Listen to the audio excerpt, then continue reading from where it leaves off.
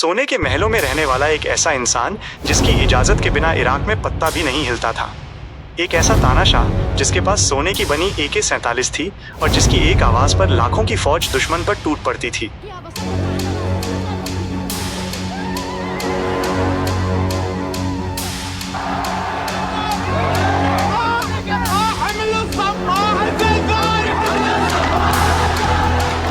सद्दाम हुसैन की सत्ता तक पहुंचने की कहानी किसी फिल्मी स्क्रिप्ट जैसी लगती है, लेकिन उनका बचपन बहुत ही गरीबी और संघर्षों से भरा था। जन्म और पिता का साया न होना। सद्दाम हुसैन का जन्म 28 अप्रैल 1937 को इराक के तिक्रित शहर के पास अल अफजा नाम के एक छोटे से गांव में हुआ था। सद्दाम के जन्म से कुछ महीने पहले ही उनके पिता गायब हो गए थे। कुछ लोग कहते हैं उनकी मृत्यु हो गई थी। उनके जन्म से कुछ दिन पहले उनके बड़े भाई की भी बीमारी से मौत हो गई। इन दुखों के कारण उनकी मां सुबह तलिफा इतनी अवसाद डिप्रेशन में चली गईं कि वे सद्दाम को जन्म के समय अपनाना भी नहीं चाहती थीं। शुरुआत में सद्दाम को उनके मामा खैरुल्लाह तलफा ने पाला। उनके मामा एक इराकी सैन्य अधिकारी और राष्ट्रवादी थे। मामा के साथ बिताए गए उन शुरुआती सालों ने सद्दाम के मन में राजनीति और देश के प्रति कट्टरता के बीज बो दिए। कुछ सालों बाद सद्दाम की मां ने दूसरी शादी कर ली और सद्दाम को उनके पास वापस भेज दिया गया। उनके सौतेले पिता इब्राहिम अल हसन सद्दाम के साथ बहुत बुरा व्यवहार करते थे। वो सद्दाम को छोटी उम्र में ही भेड़ें चराने के लिए भेज देते थे। सद्दाम के साथ मारपीट की जाती थी और उन्हें स्कूल जाने से रोका गया।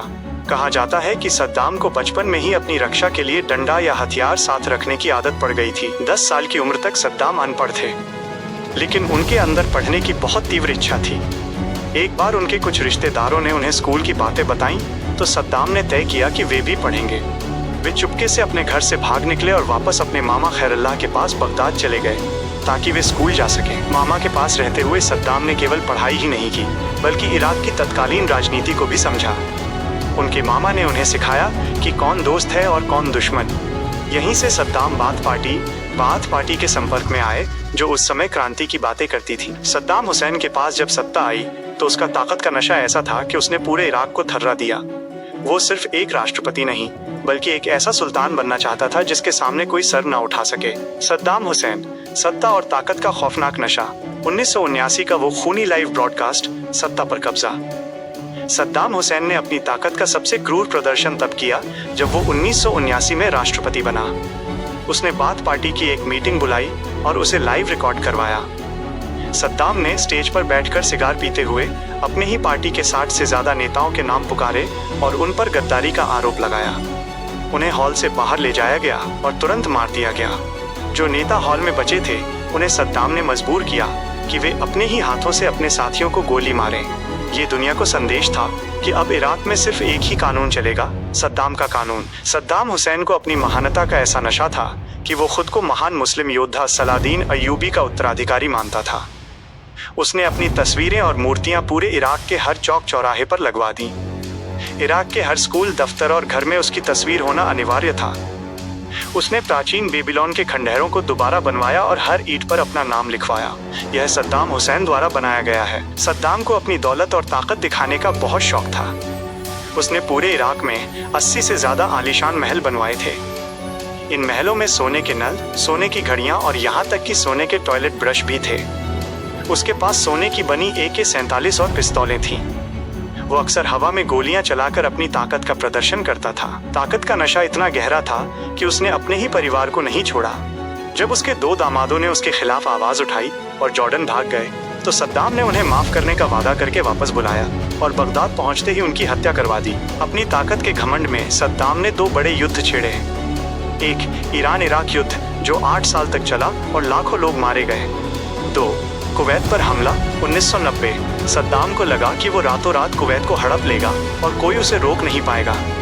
यही उसकी सबसे बड़ी गलती साबित हुई, जिसने अमेरिका को हस्तक्षेप करने का मौका दिया। सद्दाम हुसैन की बर्बादी की शुरुआत तब हुई जब उसके ताकत के नशे ने उसे अपने पड़ोसी देश कुवैत को हड़पने के लिए उकसाया। यहीं से अमेरिका के साथ उसकी वो दुश्मनी शुरू हुई जिसने इराक को तबाह कर दिया। कुवैत पर हमला 2 अगस्त 1990। ईरान के साथ 8 साल तक चले युद्ध के बाद इराक कर्ज में डूबा हुआ था। सद्दाम को पैसों की सख्त जरूरत थी। उसने कुवैत पर आरोप लगाया कि वो इराक की सीमा से चोरी छिपे तेल निकाल रहा है। सद्दाम ने रातों रात अपनी विशाल सेना कुवैत में घुसा दी। चंद घंटों में ही इराक ने कुवैत पर कब्जा कर लिया और सद्दाम ने इसे इराक का 19वां राज्य घोषित कर दिया। सद्दाम को लगा था कि दुनिया शांत रहेगी, लेकिन उसने दुनिया के तेल भंडार के संतुलन को बिगाड़ दिया था। अमेरिका और उसके मित्र देश सद्दाम के इस कदम से भड़क गए। अमेरिका को डर था कि कुवैत के बाद सद्दाम सऊदी अरब पर भी हमला कर देगा। तत्कालीन अमेरिकी राष्ट्रपति जॉर्ज H.W. बुश ने सद्दाम को पीछे हटने की चेतावनी दी। जब सद्दाम नहीं माना तो 1991 में अमेरिका के नेतृत्व में 35 देशों की सेनाओं ने इराक पर हमला बोल दिया। इसे ही खाड़ी युद्ध, गल्फ वॉर कहा जाता है। सद्दाम ने अपनी हार करीब देख एक बेहद खतरनाक कदम उठाया। उसने कुवैत के 700 से ज्यादा तेल के कुओं में आग लगवा दी। महीनों तक आसमान में काला धुआं छाया रहा और समुद्र में तेल बहने लगा। अमेरिका ने आसमान से इतनी बमबारी की कि इराकी सेना के हौसले पस्त हो गए। मात्र 42 दिनों के युद्ध में सद्दाम की सेना को कुवैत छोड़ना पड़ा। सद्दाम ने इस युद्ध को मदर ऑफ ऑल बैटल्स कहा था। भले ही वो कुवैत से बाहर निकल गया, लेकिन उसने इराक के अंदर अपनी जनता को ये यकीन दिलाया कि उसने अमेरिका को टक्कर देकर जीत हासिल की है।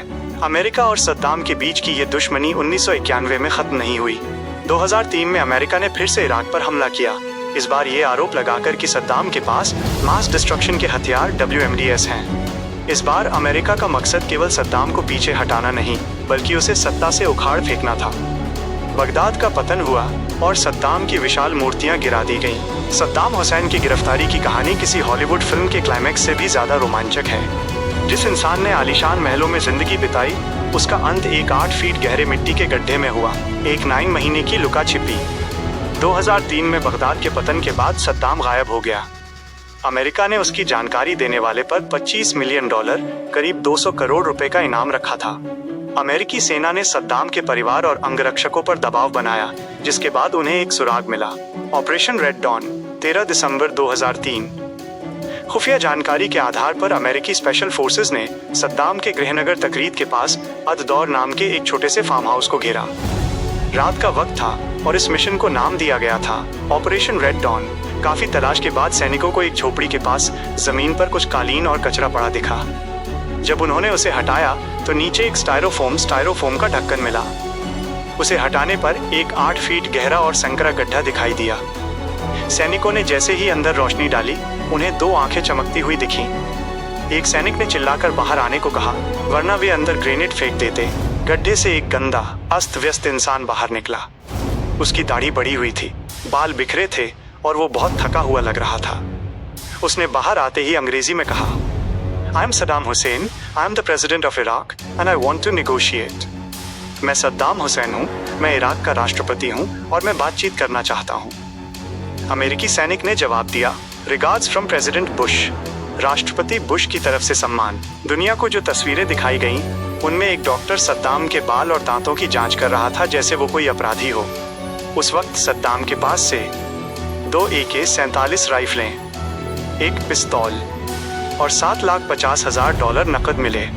इतनी दौलत पास होने के बावजूद उसके पास कोई कम्युनिकेशन डिवाइस, फोन या रेडियो नहीं था ताकि वो पकड़ा न जाए। गिरफ्तारी के बाद सद्दाम पर मुकदमा चला और 30 दिसंबर 2006 की सुबह उन्हें फांसी दे दी गई। फांसी के फंदे पर चढ़ते वक्त भी उनके चेहरे पर डर नहीं था, वे लगातार कुरान की आयतें पढ़ रहे थे। क्या सद्दाम हुसैन एक महान देशभक्त था या एक क्रूर तानाशाह?